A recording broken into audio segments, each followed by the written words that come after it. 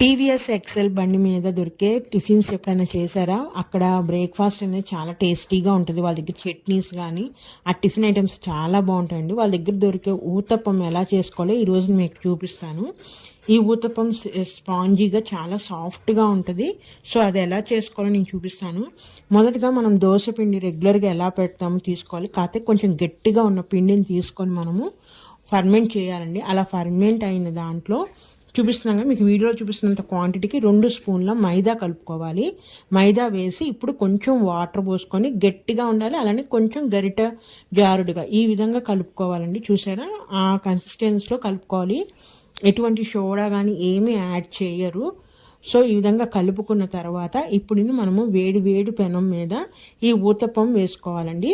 దీంట్లోకి మనకు ఉల్లిపాయలు, పచ్చిమిరపకాయలు సన్నగా కట్ చేసుకోవాలి. ఇప్పుడు వేడి వేడి పెనం మీద 1 గంట పిండి వేసుకొని ఎక్కువ నెనమకుండా లైట్గా మనము ఇట్లా నెరపాలి. దోశలాగా ఎక్కువ చేయకూడదు, స్ప్రెడ్ చేయకూడదు. ఇప్పుడు దాని మీద ఉల్లిపాయలు, కొంచెం పచ్చిమిరపకాయలు, అలానే హైలైట్ పల్లీలు అండి. కంపల్సరీ పల్లీలు వేస్తారు ఊతప్పంలో.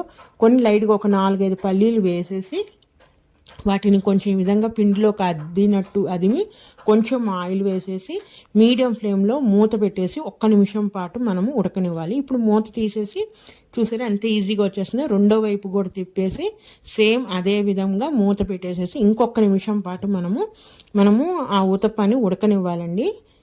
చూసారా, రివర్స్ చేసి ఉల్లిపాయలు కానీ ఆ పల్లీలు కానీ అన్నీ కూడా పర్ఫెక్ట్గా కాలిపోతాయి. 2 నిమిషాలను ఊతప్పం రెడీ. సాఫ్ట్ అయినా మెత్తని ఊతప్పం రెడీ అండి.